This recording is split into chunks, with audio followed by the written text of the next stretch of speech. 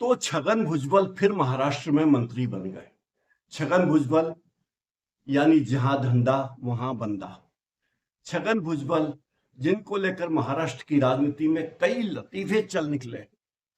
छगन भुजबल वो हस्ती हैं जो सत्ता में रहते हैं तो चर्चा में रहते हैं, सत्ता में नहीं रहते तो चर्चा में रहते हैं कि अब वो वापस कब सत्ता में आएंगे। छगन भुजबल जो ड्रामा करते हैं वो लंबा होता है, उसमें रहस्य होता है, रोमांच होता है और उसका अंत बड़ा रहस्यात्मक होता है, जैसा अभी हुआ जब देवेंद्र फडणवीस मुख्यमंत्री बने थे पिछली बार और उन्होंने मंत्रिमंडल में छगन भुजबल को शामिल करना चाहा था, तो अजित पवार ने लंगर फंसा दिया था और छगन भुजबल मंत्री नहीं बन पाए। इसके बाद अब वे मंत्री बने हैं जब अजित पवार गुट के ही एक नेता ने अपना इस्तीफा दे दिया था और अब ये मौका मिला है छगन भुजबल को कि वो वापस सत्ता में आ जाए। छगन भुजबल के बारे में कहते हैं कि पार्टी बदलने का हुनर कोई सीखे तो उनसे सीखे।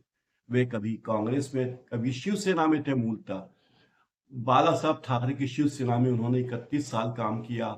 बाला साहब की शिवसेना में ही महापौर बने। शिवसेना के पहले महापौर वो बने थे। बाला साहब ठाकरे की ही सदारत में उन्होंने पार्टी में आगे कदम बढ़ाया।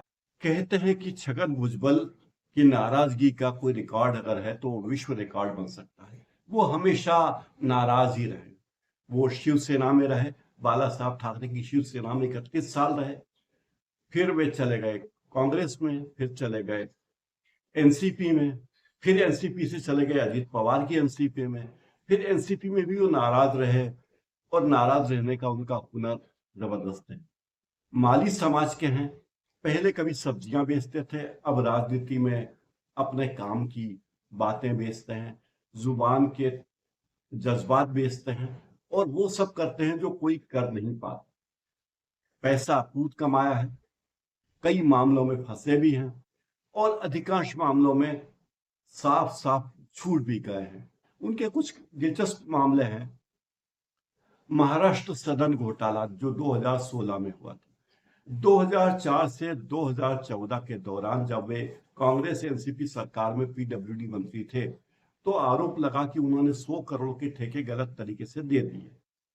ईडी ने इस मामले में छगन भुजबल, उनके बेटे पंकज भुजबल और भतीजे समीर भुजबल के खिलाफ मनी लॉन्ड्रिंग का केस दर्ज किया था।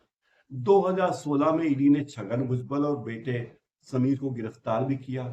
वे आर्थर रोड जेल में भी रहे, लेकिन बॉम्बे हाई कोर्ट ने 2018 में उनकी सेहत को देखते हुए और उम्र को देखते हुए जमानत दे दी, क्योंकि तब भी वे 70 साल के थे।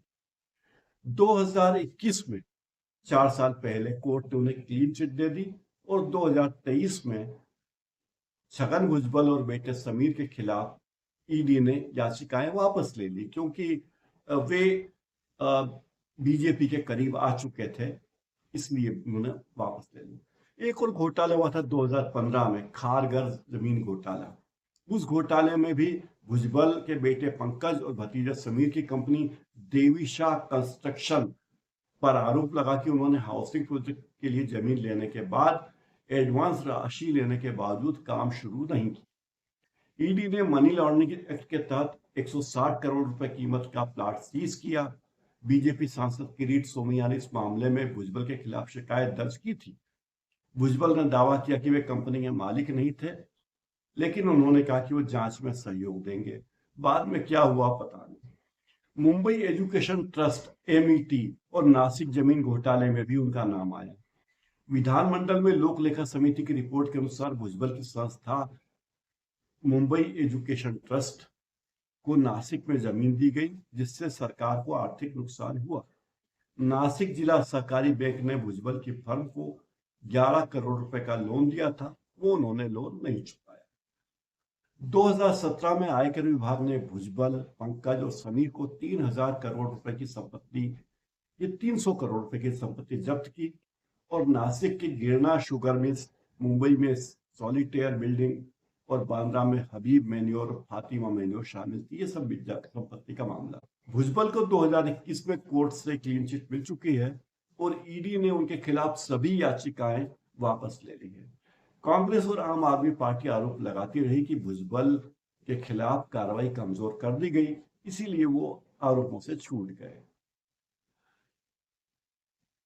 छगन भुजबल के राजनीति में आने का, वापस मंत्री बनने का एक कारण यह है कि वे महाराष्ट्र में ओबीसी का एक प्रमुख चेहरा है।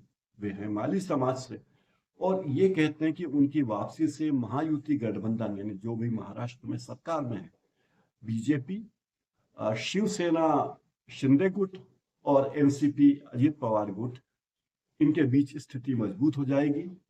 और देवेंद्र फडणवीस ने अब उनको मंत्रिमंडल में शामिल किया।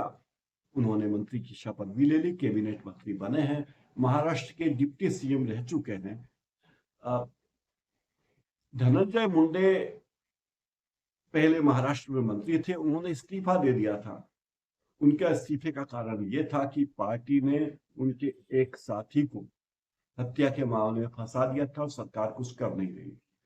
जब महाराष्ट्र में मराठा आरक्षण विवाद हुआ तो मराठी कोटा कार्यकर्ता मनोज जरांगे पाटिल ने नियुक्ति का विरोध किया था कि छगन भुजबल सही व्यक्ति नहीं है, और वो भुजबल ने महाराष्ट्र की राजनीति में हलचल मचा दी। उनकी नियुक्ति न केवल एनसीपी के भीतर बल्कि बाहर भी बड़ी दिलचस्प है।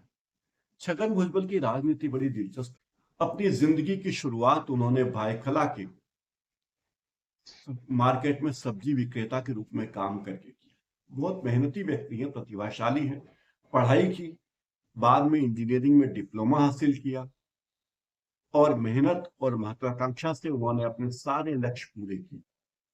शिवसेना बाला साहब ठाकरे के साथ आए और मराठी अस्मिता आंदोलन के चरम तक वे बाला साहब के साथ रहे। 1991 में उन्होंने मंडल आयोग की सिफारिशों के कार्यान्वयन पर शिवसेना प्रमुख बाल ठाकरे के कथित विरोध के कारण पार्टी छोड़ दी। फिर वे कांग्रेस में चले गए, लगभग 8 साल कांग्रेस में रहे, ओबीसी मुद्दों पर ध्यान केंद्रित किया, और 1999 में राष्ट्रवादी कांग्रेस पार्टी में शरद पवार के साथ चले गए। फिर वे कांग्रेस एनसीपी गठबंधन सरकार में होम मिनिस्टर बने, डिप्टी सीएम बने। इसमें उन्होंने ओबीसी के हितों की बहुत सारी बात की। हालांकि उन्हें इस्तीफा देना पड़ा क्योंकि तेलगी फर्जी स्टाम्प पेपर घोटाले में उनका नाम भी आया था, और तेलगी स्टाम्प पेपर घोटाला कितना बड़ा है ये बताने की जरूरत नहीं, जिस पर वेब सीरीज तक बन चुकी है। बाद में उन्हें कई मंत्रालय मिले, जैसे पीडब्ल्यूडी मिला, फूड मिला, नागरिक आपूर्ति मिले, बहुत अच्छे अच्छे विभागों में उन्होंने काम किया। 2023 में जब अजित पवार ने शरद पवार के खिलाफ बगावत की तो वे अजित पवार के साथ चले गए। उन्हें लगा था कि उन्हें पद मिलेगा, लेकिन मंत्री पद उन्हें नहीं मिला। तमाम मामले, तमाम शिकायतों के बावजूद वो महाराष्ट्र के बड़े नेता हैं, उनके बेटे भी बड़े नेता हैं, उनके भतीजे भी बड़े नेता हैं, और अब वे ओबीसी के समर्थन की राजनीति कर रहे हैं। देखना है कहां पहुंचाएंगे महाराष्ट्र को, क्योंकि छगन भुजबल के बारे में कहा जाता है कि जहां धंधा वहां बंदा। आज मेरे इस कार्यक्रम में इतना ही। मेरे चैनल को लाइक कीजिए, सब्सक्राइब कीजिए और बेल आइकन जरूर दबा दीजिए ताकि मेरे आने वाले कार्यक्रमों की सूचना आपको मिलती रह सके। बहुत बहुत धन्यवाद।